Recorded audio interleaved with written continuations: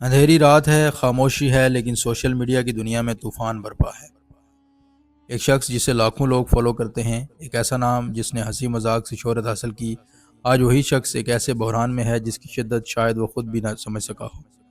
یہ کہانی ہے رجب بٹ کی، ایک یوٹیوبر جس نے صرف ایک پرفیوم لانچ کر کے اپنے خلاف ایسے الزامات کھڑے کر لیے جو پاکستان کی سب سے سخت قوانین میں سے ایک کے تحت آتے ہیں۔ وہ قوانین جو اگر ثابت ہو جائیں تو زندگی کے کئی سال جیل کی سلاخوں کے پیچھے گزر سکتے ہیں۔ یہ ایک کہانی ہے شہرت کی روشنی میں جلنے والے ایک شخص کی، جو ایک لمحے میں عوام کا ہیرو تھا اور اگلے لمحے متنازع ترین شخص بن چکا ہے۔ آخر ایسا کیا ہوا؟ کیا واقعی اس نے شعوری طور پر کوئی ایسی حرکت کی تھی جو مذہبی جذبات کو ٹھیس پہنچا سکتی تھی، یا یہ سب ایک غلط فہمی کا نتیجہ تھا؟ یہ ویڈیو صرف رجب بٹ کی کہانی نہیں، بلکہ سوشل میڈیا کی طاقت، آزادی اظہار کی حدود اور ایک غلط فیصلے کے بھیانک نتائج کی کہانی ہے۔ چلیے شروع کرتے ہیں۔ رجب بٹ ایک مشہور یوٹیوبر ہے جس نے اپنی مزاحیہ ویڈیوز اور سوشل میڈیا کے منفرد انداز سے لاکھوں فالوورز حاصل کیے۔ اس کا یوٹیوب چینل تیزی سے بڑھا اور وہ ایک کامیاب انفلوئنسر بن گیا۔ لوگ اس کی ویڈیوز کو پسند کرتے تھے کیونکہ وہ روزمرہ کے عام مسائل کو ہلکے پھلکے انداز میں بیان کرتا تھا۔ لیکن شہرت کے ساتھ ساتھ ایک مسئلہ بھی تھا، وہ تھا ذمہ داری کا۔ کہانی کا اصل موڑ تب آیا جب رجب بٹ نے ایک نیا پرفیوم متعارف کروایا، جس کا نام 295۔ نام سننے میں تو عام لگتا ہے، لیکن پاکستان میں اس نام کے پیچھے ایک سنگین حقیقت موجود ہے۔ پاکستانی قانون کے تعزیرات پاکستانی سیکشن 295 مذہب اور مذہبی جذبات کے تحفظ سے متعلق ہے، اور اسی سیکشن کے تحت توہین مذہب کے قوانین نافذ کی جاتے ہیں۔ جب لوگوں نے رجب بٹ کے پرفیوم کا نام دیکھا تو بہت سے افراد کو لگا کہ یہ اسلامی اور مذہبی قوانین کی توہین ہے۔ پھر وہی ہوا جو ہونا تھا۔ سوشل میڈیا پر طوفان مچ گیا۔ ٹویٹر، فیس بک، یوٹیوب، ہر جگہ رجب بٹ گرفتار کرو کا ہیش ٹیگ ٹرینڈ کرنے لگا۔ کچھ لوگ کہنے لگے یہ توہین مذہب ہے، کچھ لوگوں نے کہا شاید یہ محض ایک اتفاق تھا۔ لیکن پاکستان جیسے ملک میں جہاں مذہب ایک انتہائی حساس معاملہ ہے، وہاں اس قسم کی غلط فہمیاں کسی کے لیے بھی تباہی کا سبب بن سکتی ہیں۔ رجب بٹ کے خلاف 295A اور 295C کے تحت مقدمہ درج کرنے کا مطالبہ کیا گیا۔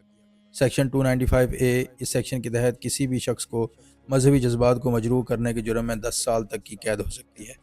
سیکشن 295C یہ پاکستان کا سب سے سخت قانون ہے جو توہین رسالت سے متعلق ہے، اور اس کے تحت سزائے موت تک دی جا سکتی ہے۔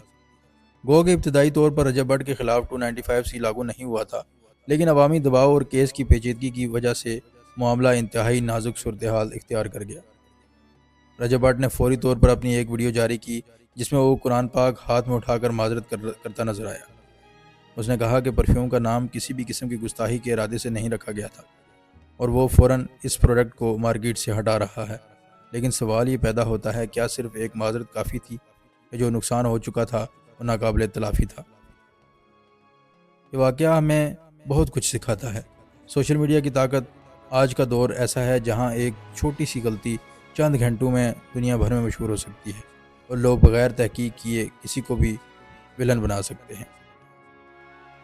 ہر ملک میں آزادی اظہار کی حدود ہوتی ہیں، اور پاکستان جیسے ملک میں جہاں مذہبی حساسیت بہت زیادہ ہے، وہاں انفلوئنسرز کو انتہائی محتاط رہنے کی ضرورت ہے۔ پاکستان میں توہین مذہب کے قوانین انتہائی سخت ہیں، اور کسی بھی عوامی شخصیت کو اس سے آگاہ رہنا ضروری ہے تاکہ وہ کسی غیر ارادی غلطی کا شکار نہ ہو۔ فی الحال رجب بٹ نے اپنی معذرت پیش کر دی ہے، لیکن قانونی معاملات ابھی ختم نہیں ہوئے۔ اگر کیس آگے بڑھا تو یہ پاکستان کی سوشل میڈیا انڈسٹری میں ایک اہم مثال بن سکتا ہے۔ یہ معاملہ صرف ایک یوٹیوبر کا نہیں ہے، بلکہ اس شخص کے لیے ایک وارننگ ہے جو عوامی شخصیت رکھتا ہے۔ ایک غلط لفظ، ایک غلط نام اور ایک غیر محتاط عمل کسی کو عروج سے زوال کی طرف لے جا سکتا ہے۔ یہ کہانی ایک وارننگ ہے، ایک سبق ہے، اور شاید ایک نئی بحث کا آغاز بھی۔ کیا آزادی اظہار کی کوئی حد ہونی چاہیے؟ کیا سوشل میڈیا پر موجود انفلوئنسر کو زیادہ ذمہ داری کا مظاہرہ کرنا چاہیے؟ اور کیا پاکستان کے قوانین میں ایسے معاملات کے لیے کوئی واضح گائیڈ لائن ہونی چاہیے؟